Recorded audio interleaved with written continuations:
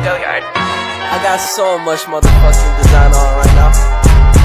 Break it down, bring it back, make it clap. I got 3 old thoughts, new guap, wear that thing. Bitches on my line, and you know they come straight. Hold up, what it not, 45, scope it cash like whoa. How you fucking with these hoes up? Apa itu hidrogen? Hidrogen adalah unsur kimia pada tabel periodik yang memiliki nomor atom 1 dengan simbol H. Hidrogen juga merupakan unsur paling melimpah dengan presentasi kira-kira 75% dari total massa unsur alam semesta. Kebanyakan bintang dibentuk oleh hidrogen dalam keadaan plasma. Senyawa hidrogen relatif langka dan jarang dijumpai secara alami di bumi, dan biasanya dihasilkan secara industri dari berbagai senyawa hidrokarbon seperti metan. Dari manakah asal hidrogen? Hidrogen merupakan unsur yang paling banyak di alam, kira-kira 93% apabila dihitung sebagai atom. Hidrogen sendiri pertama kali dikenal sebagai unsur oleh ahli kimia Inggris, yaitu Henry Cavendish. Jika dirinci lebih dalam, maka sejarah hidrogen ini cukup panjang. Hidrogen pertama kali dihasilkan secara artifisial oleh T. von Hohenheim melalui pencampuran logam dengan asam kuat. Nah, kedua, pada tahun 1671, Robert Boyle menemukan kembali dan mendeskripsikan reaksi antara besi dan asam yang menghasilkan gas hidrogen. Ketiga, pada tahun 1766, Henry Cavendish adalah orang yang pertama mengenali gas hidrogen sebagai zat diskret dengan mengidentifikasikan gas tersebut dari reaksi logam asam sebagai udara yang mudah terbakar. Kita lanjut lagi ya. Keempat, pada tahun 1783, Antonio Lavoisier memberikan unsur ini dengan nama hidrogen. Ketika dia dan Laplace mengulang kembali penemuan Cavendish yang mengatakan pembakaran hidrogen menghasilkan air. Yang kelima, hidrogen pertama kali dicairkan oleh James Dewar pada tahun 1898 dengan menggunakan penemuannya, guci hampa. Dia kemudian menghasilkan hidrogen pada setahun kemudian.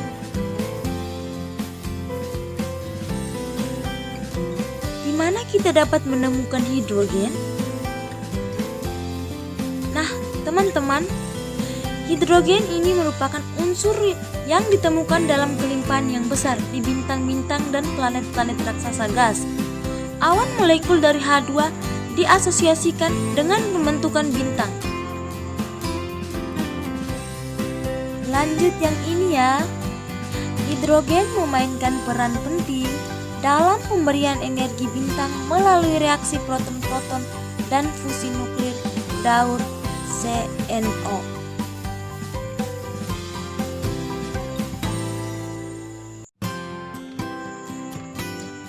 Kalian pernah melihat bintang tidak? Tentu saja benda langit yang kelap-kelip itu loh. Nah, salah satu komponen penyusunnya adalah hidrogen ini.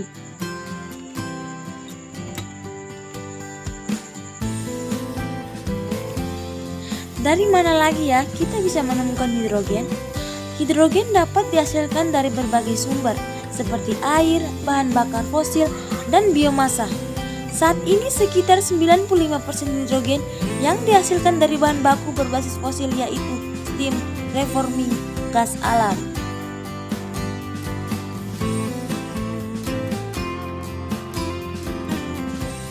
Seperti yang kita tahu, belakangan ini terdapat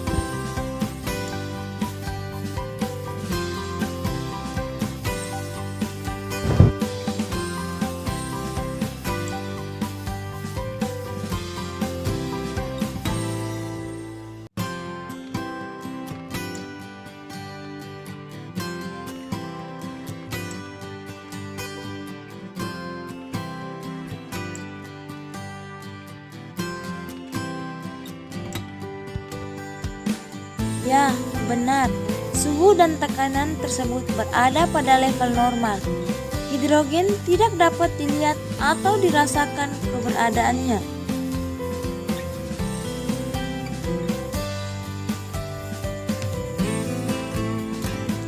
Benarkah? Tidak percaya? Kalau begitu, mari kita buktikan.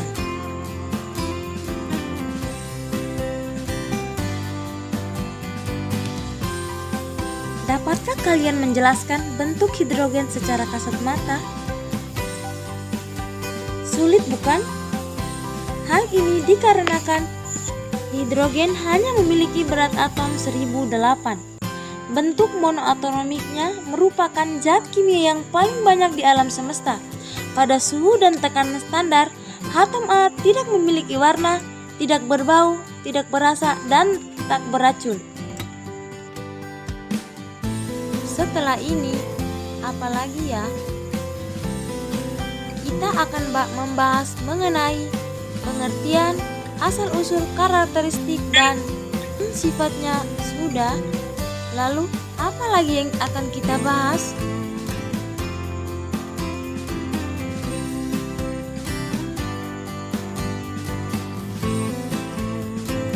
Sebenarnya, ada banyak sekali manfaat dari hidrogen, tetapi kita bahas salah satu saja secara detail ya.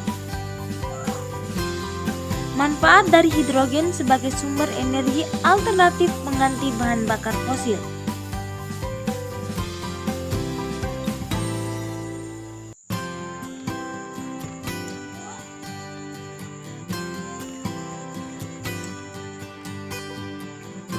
Pertumbuhan kebutuhan energi dunia semakin besar dari tahun ke tahun. Kebutuhan energi tersebut dipenuhi melalui pemanfaatan energi fosil yang dampaknya berupa meningkatnya konsentrasi gas-gas rumah kaca dan polutan lainnya.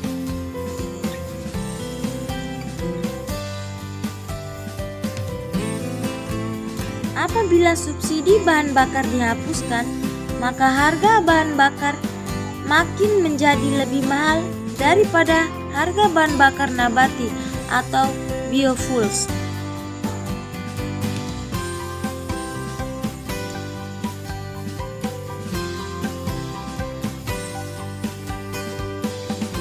Selama subsidi bahan bakar masih diberlakukan, kegairaan dalam pengembangan sektor agrobisnis, khususnya bahan bakar nabati, akan menjadi lesu dan tidak lagi kompetitif. Padahal tidak ada pilihan lain selain beralih ke biofuel sebagai bahan bakar kendaraan.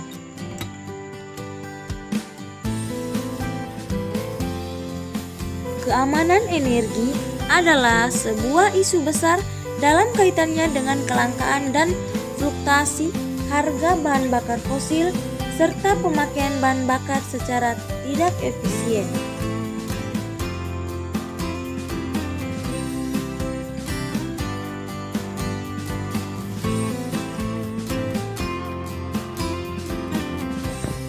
Bahan bakar fosil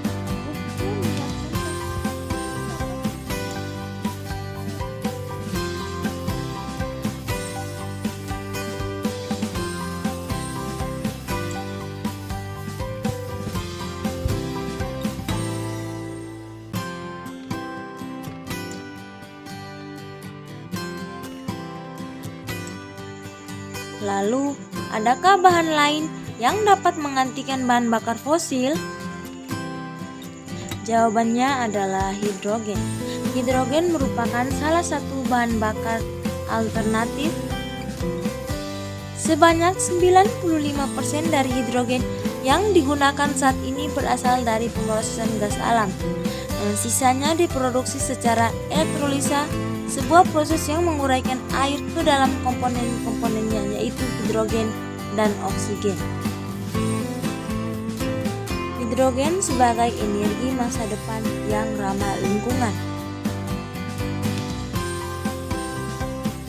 Hingga saat ini banyak macam energi terbarukan dan ramah lingkungan yang telah dikembangkan melalui dari pemanfaatan energi surya, energi angin, hingga pemanfaatan hidrogen sebagai energi alternatif. Kemampuan hidrogen menggantikan peran energi fosil di masa depan, khususnya sebagai sumber energi untuk sarana transportasi, sudah tidak diragukan lagi. Hal mendasar yang membedakan hidrogen dengan sumber energi lainnya yaitu energi karir seperti halnya energi listrik dan bukan sebagai energi sorsi seperti fosil. Oleh karena itu, hidrogen tidak terdapat dalam molekul bebasnya dan tidak dapat ditambang. Nah, untuk mendapat hidrogen, maka hidrogen harus diproduksi. Cara paling mudah untuk mendapatkan hidrogen yaitu dengan cara yang pertama stream forming atau mengkonversi gas metana menjadi hidrogen. Karbon dipisahkan dari hidrogen dalam proses reformasi dapat ditangkap untuk menghindari kerusakan lingkungan.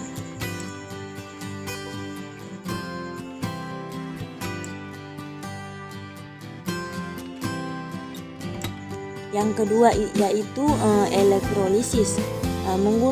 Elektrolisis menggunakan arus listrik langsung untuk memisahkan air menjadi hidrogen pada elektroda negatif dan oksigen pada elektroda positif.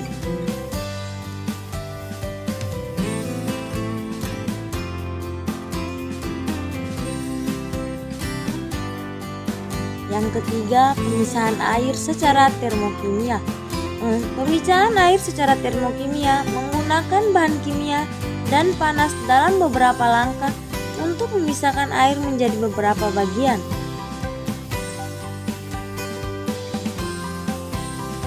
Yang keempat adalah sistem fotokatalitik, menggunakan bahan khusus untuk memisahkan air menggunakan sinar matahari saja.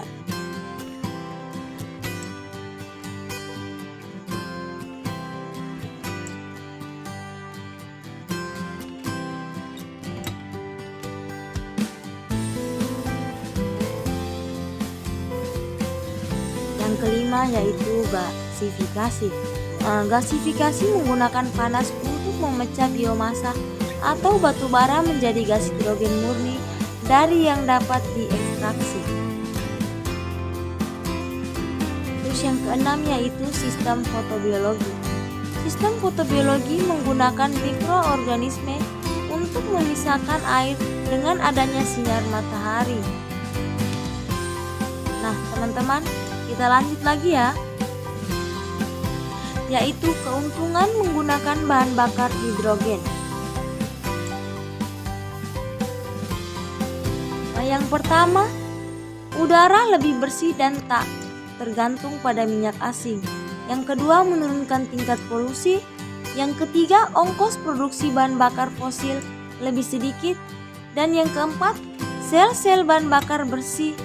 Dan yang terakhir adalah ukuran sel bahan stable. Yang berikut adalah kerugian penggunaan bahan bakar hidrogen.